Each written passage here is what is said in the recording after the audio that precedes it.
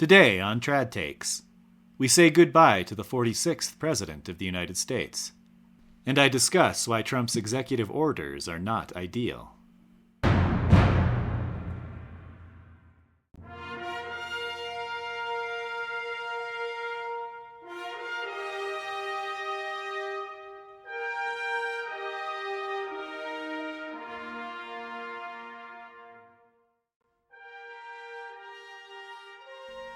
Welcome to Episode 4 of Trad Takes, hosted by the Traditionalists.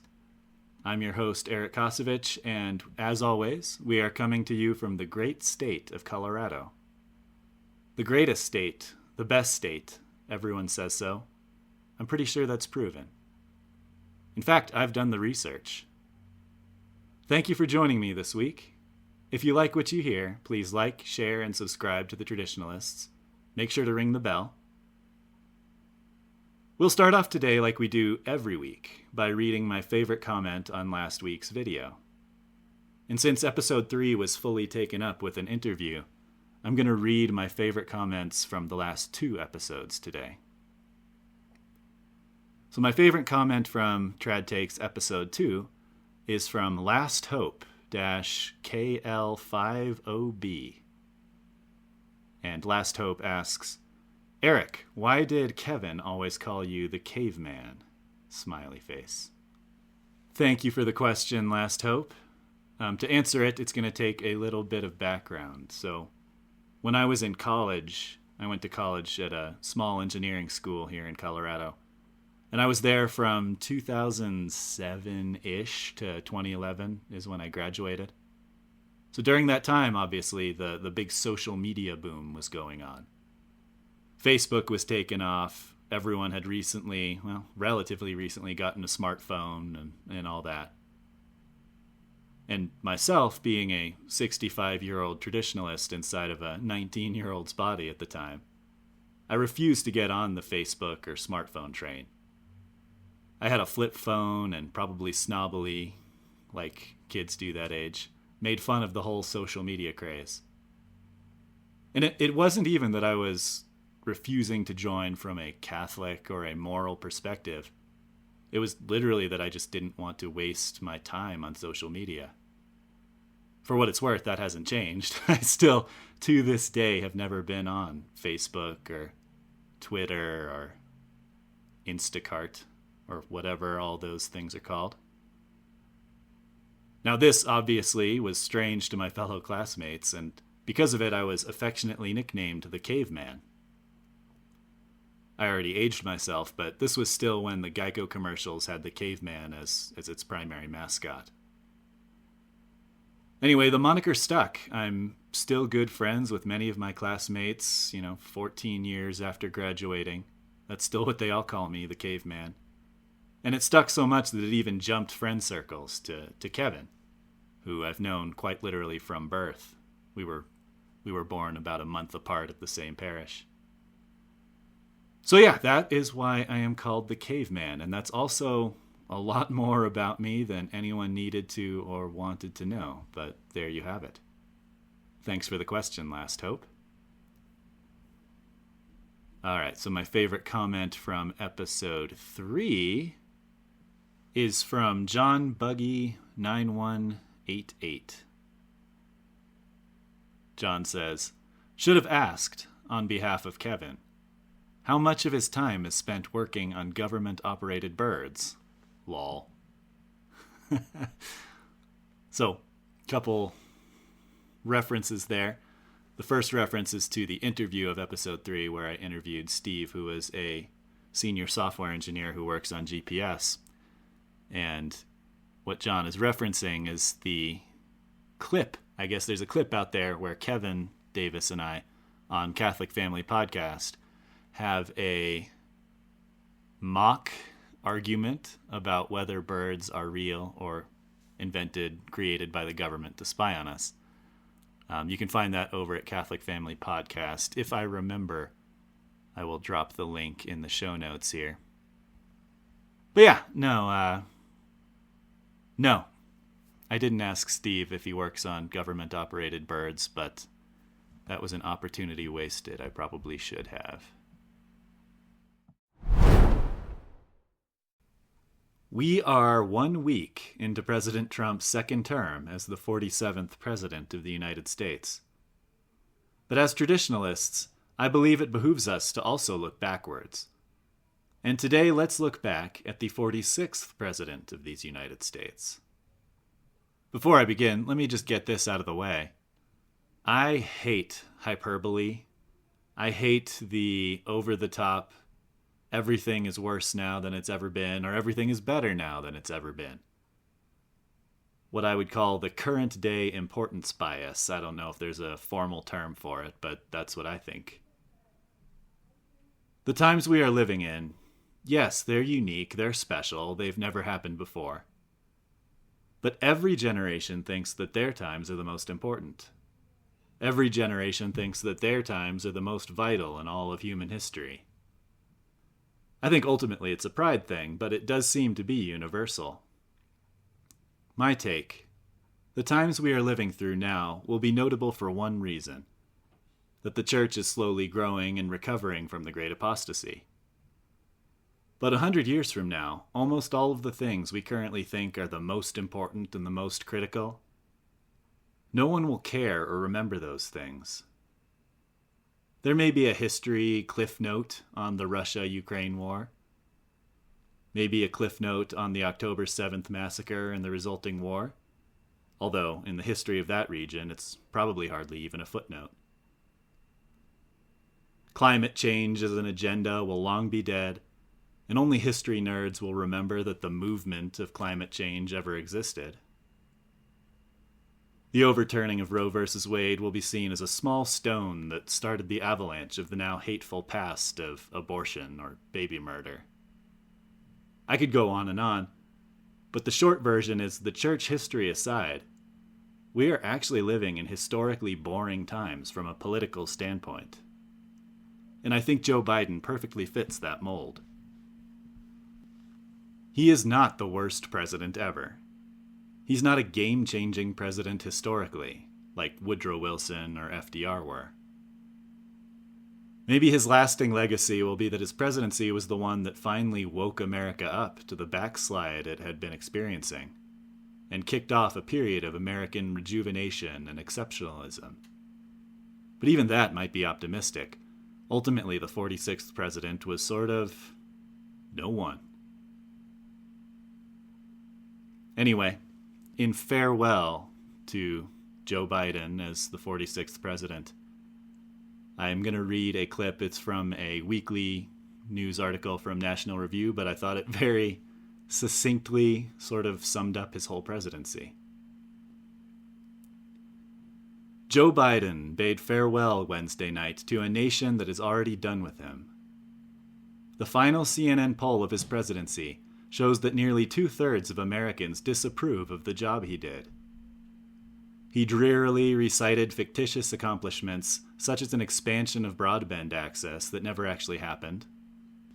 He took credit for Israel striking a peace deal that it obtained by resolutely ignoring his advice for over a year. He called for tax hikes on the rich, a mantra he had been repeating since the mid-1970s, regardless of tax rates or economic conditions. He praised our system of separation of powers as if he hadn't spent 4 years assaulting it. He could have offered some self-reflection or hard-earned wisdom, but instead, less than 2 weeks after giving the Presidential Medal of Freedom to billionaire megadonor George Soros, he whined about an oligarchy supposedly taking over the country. Where Eisenhower once warned against an unholy alliance of industry and government, what irks Biden is that the social media giants stopped taking marching orders from 1600 Pennsylvania Avenue on what speech may be heard. At least we'll hear no more of Biden's. Yeah, pretty succinctly well said. The hypocrisy of thinking that an oligarchy is taking over the country when the Democrats are effectively funded by George Soros and a couple of other mega donors like that. The hypocrisy of praising the system of separation of powers and worrying that there's going to be a concentration of power once Trump gets in, from the guy who wanted to wave a wand and forgive student debt. Another interesting fact about Joe Biden is he hasn't been president. He's only been president for 4 years, but he has been in politics, elected office, for 50 years.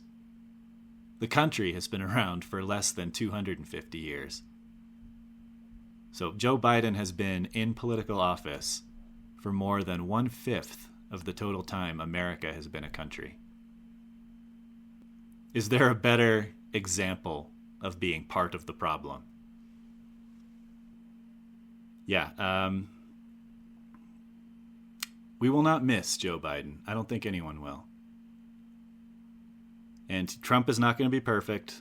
Trump's administration's not going to be perfect. We can already see issues with some of his cabinet that he's picking out. But it is nice to be looking back on the 46th president of these United States as a past, as history, something that we don't have to live through anymore. Here's a story I saw going by a couple weeks ago, and I wanted to make sure that I touched on it here. The House GOP mounts a Trump-backed push to expand concealed carry permits for millions of Americans. So it's a concealed carry reciprocity bill. I assume probably most of our listeners are pro-firearm, pro-Second Amendment, but you'll find out quickly about me that it's one of my top cares, I guess, in the political realm. So a little bit of background here. 29 of the 50 states have what is called constitutional carry or permitless carry. What this means is because of the Second Amendment in the Constitution of the United States, those individual states do not require any form of permitting for their citizens to conceal carry a firearm. Of the other 21 states, there is a permitting process. So I live in Colorado. The state of Colorado, unfortunately, does not have constitutional carry. So in order for me to conceal carry my firearm, I have to go through the permitting process. Now, each state has a different concealed carry permitting process, as is expected. In Colorado, you have to take a class. They recently added to the law that in addition to a class, you have to do a firearm competency. So you actually they have to test you, make sure that you know how to use it and can shoot well and all that. Then they'll take your fingerprints and then, go through that whole form. And then the sheriff of the particular county that you live in is ultimately the one that releases that permit to your name. Other states have higher bars, other states have lower bars, and because these states have different bars, there's this thing called reciprocity between states. So for example, New Mexico, the state of New Mexico, has reciprocity with the Colorado concealed carry permit. So when I cross the state line from Colorado into New Mexico, the government of New Mexico will recognize my right to conceal carry using my Colorado concealed carry permit. However, the state of Nevada does not have reciprocity with Colorado. So if I'm driving across the country or driving to California for some reason, I cannot conceal carry in Nevada with my Colorado concealed carry permit. So that's a lot of backstory, but that's sort of necessary for the understanding of this bill that is currently being proposed in the U.S. House. The purpose of the bill would be to effectively require states to recognize the permit of another state. And the equivalent they're using here is your driver's license. Right? If you have a driver's license from the state of Ohio, the state of Florida is going to recognize that. The state of Hawaii is going to recognize that. And so this bill that's being proposed in the House is simply to make the concealed carry permits also recognized across all the states. So I think this is a good thing. I think a better thing would be constitutional carry across all 50 states, but at the same time, I'm also very pro states' rights. So if California does not want to, and California does not want to allow constitutional carry, At the very least, they should recognize permits, concealed carry permits, from all the other states that require them. So this is a bill that I think will pass the House. It should pass the Senate. And Trump has already said he will sign it if it comes to his desk. So a bill to keep an eye on. It's not flashy or going to change the world or anything, but I think it is definitely something that could be a quick win for this administration. A quick win that would hopefully more fundamentally secure that very important right in this country of the right to keep and bear arms. All right, I have filibustered long enough. Let's talk about what everyone wants to talk about, which is our 47th president. And specifically, let's talk about the executive orders that he has been churning out. First, let me give my take on executive orders in general. In general, I am not a fan of executive orders, and I'm not a fan for two reasons. First off is just the constitutionality of them. I don't want my president, whether he is Republican or Democrat, whether he's right-wing, left-wing, whether he's good or bad, I don't want my president to be the king of this country. That's not how the presidency was intended. And executive orders are very much a way of bypassing Congress. And, the argument against that is, well, if we try to get it through Congress, it's going to take too long. Or we'll never get it through because not everyone agrees in Congress. And that's the point.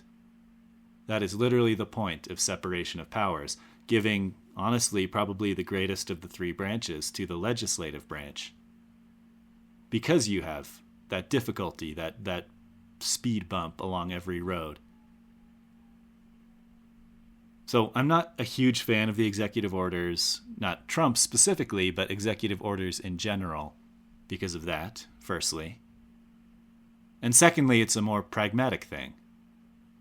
Anything that Trump has signed into law through executive order in this last week can be undone. I mean, look at Joe Biden. He had so many executive orders because he didn't want to put things or wasn't able to put things through Congress. And on January 20th, anything that the Trump administration didn't agree with could be wiped away just as easily as they were put into existence through executive order. Now, optimistically, I hope in 2028 another Republican gets elected, maybe even J.D. Vance, which would be awesome. But in the relatively high likelihood that the Democrats retake the presidency, everything that we're now celebrating and being excited about is just going to get wiped away. So that's the second reason I'm not a fan of executive orders. It's not just the authoritarianism, but it's also just the pragmatic, they're not going to last. Hopefully they do. And that's a broad stroke. There are some things that executive actions are good for. For example, securing our southern border, or all of our borders, that's already a law on the books, right? We don't need to push a law through Congress saying people should not be allowed to illegally cross our borders and be let into the United States. That's already on the books. So an executive order enforcing that, saying, hey, let's enforce our existing laws, that's fine.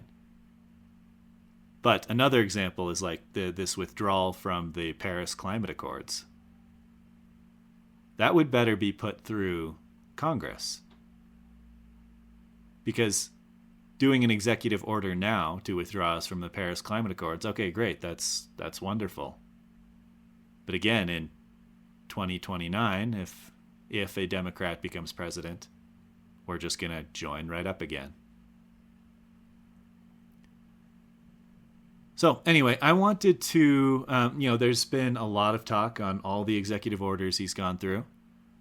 And I will also put in the show notes, if I remember, the website whitehouse.gov/presidential actions. And what this has is it has a complete list, and each one has a link, I believe. Yes, each one has a link to the details of that executive action. Looks like there's 6 pages of them, and each page has 10-ish executive orders that have been signed by President Trump. So I'm not going to read through all of them. That would be very boring to listen to. But I'm just going to kind of scroll through and mention some that stick out to me. Maybe some that haven't gotten as much of a spotlight on them, but also some of the big hitters. So one of them is called Restoring Freedom of Speech and Ending Federal Censorship. One is called Ending the Weaponization of the Federal Government. I'm on board for both of those. There's one, Putting America First in International Environmental Agreements. And this one's interesting. I'm clicking in here. The policy... It is the policy of my administration to put the interests of the United States and the American people first in the development and negotiation of any international agreements with the potential to damage or stifle the American economy. These agreements must not unduly or unfairly burden the United States. Very cool. There's obviously the granting pardons for certain offenses related to the events of January 6th. There's the withdrawing the U.S. from the World Health Organization. I like the title of this one, Putting People Over Fish, Stopping Radical Environmentalism to Provide Water to Southern California. That's funny. Ooh, I like this one also, Restoring the Death Penalty and Protecting Public Safety. This one might be worth a read here. Let me get in policy. It is the policy of the United States to ensure that the laws that authorize capital punishment are respected and faithfully implemented, and to counteract the politicians and judges who subvert the law by obstructing and preventing the execution of capital sentences. Capital punishment is an interesting topic. I think Kevin and I probably have talked about that on one of our podcasts, but, in general, I think we should be in favor of it in limited and humane ways. Oh, and there's one that is promoting beautiful federal civic architecture. I like that. Just the idea of, hey, let's build things that look nice. Reevaluating and realigning United States foreign aid. That's a good one. Establishing and implementing the President's Department of Government Efficiency. I think we may have talked about this on a previous episode, but that's something that I'm particularly interested in following. What they can do to, using a privatized mindset, cut the waste in government. There's obviously ending radical and wasteful government DEI programs and preferencing. Designating cartels and other organizations as foreign terrorist organizations and specially designated global terrorists. That is a great way to get rid of that threat. Restoring names that honor American greatness. It looks like the 2 that are specifically called out here are the renaming of Mount McKinley, which, as we discussed in, I think it was episode 2, I'm okay with, I guess. And renaming the Gulf of Mexico to Gulf of America, which, again, is fine, but I think it's kind of silly. I don't know if it's the most important thing. So far, these are all ones that were signed on January 20th, the first day he was in. So now I'm getting to more recent ones. Ending illegal discrimination and restoring merit-based opportunity. I like that. That was from Tuesday. Let's see. Thursday, there was the declassification of records concerning the assassinations of John F. Kennedy and Martin Luther King. There was also the removing barriers to American leadership in artificial intelligence. For anyone who is listening to this, they've probably already listened to Father Geckel's excellent podcast that released on Friday. Speaking of artificial intelligence is something that, like the internet, it's a net zero morality. The internet isn't bad, the internet isn't good, it's how we use it. And Father made the point that artificial intelligence is the same. And I absolutely agree with you, Father, even though you're from Ohio.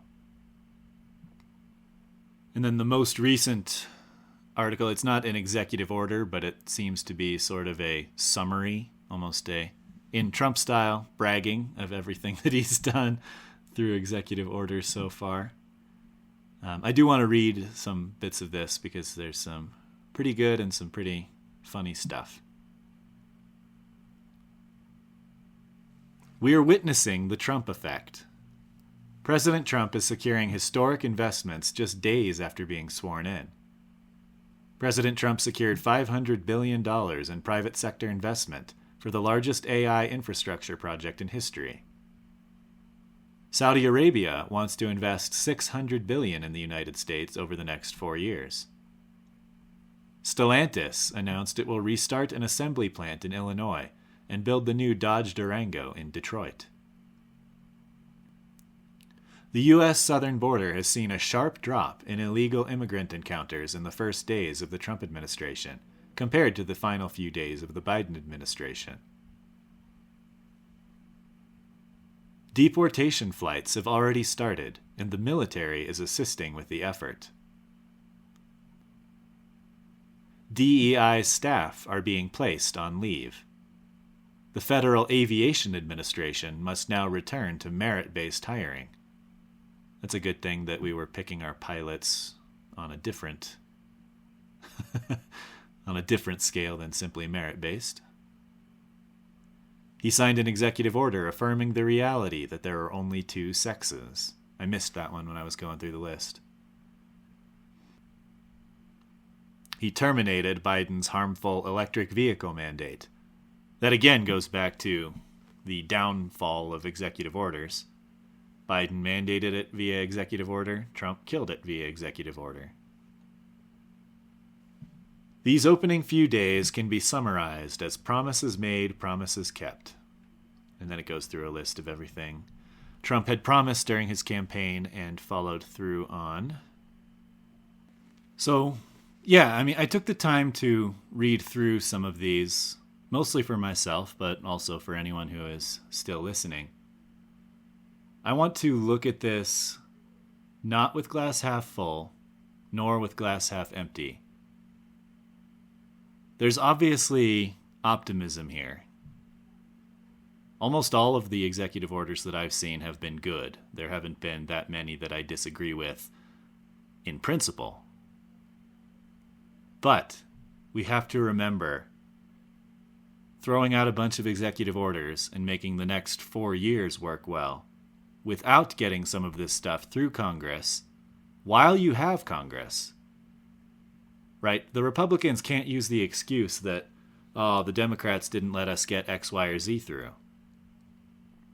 We have majorities, slim majorities, but majorities in the House and the Senate. We have the presidency.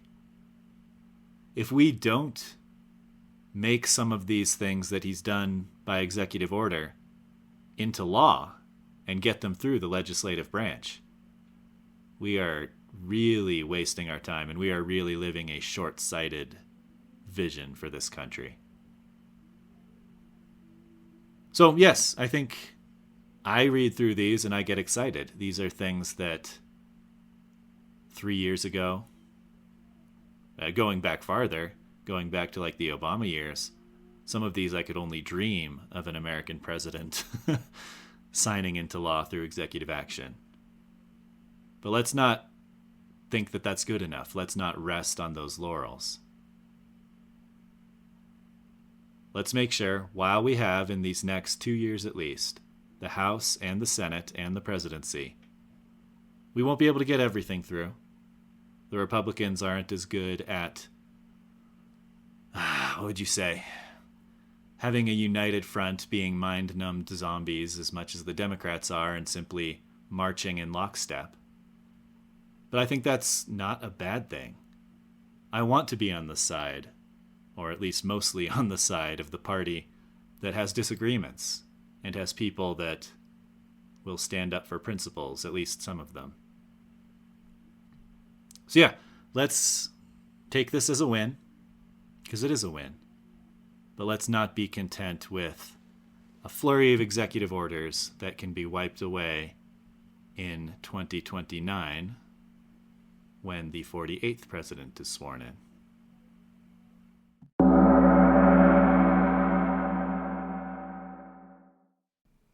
That sound means we're all out of time for today. Please like, share, and subscribe to The Traditionalists, and don't forget to ring that bell. And spread the word, whether for my show Trad Takes or for any of the other shows hosted by The Traditionalists. Remember to leave a comment. It might well be the one I pick to read and react to next week. This is Eric signing off. God bless you all, and God bless these United States of America.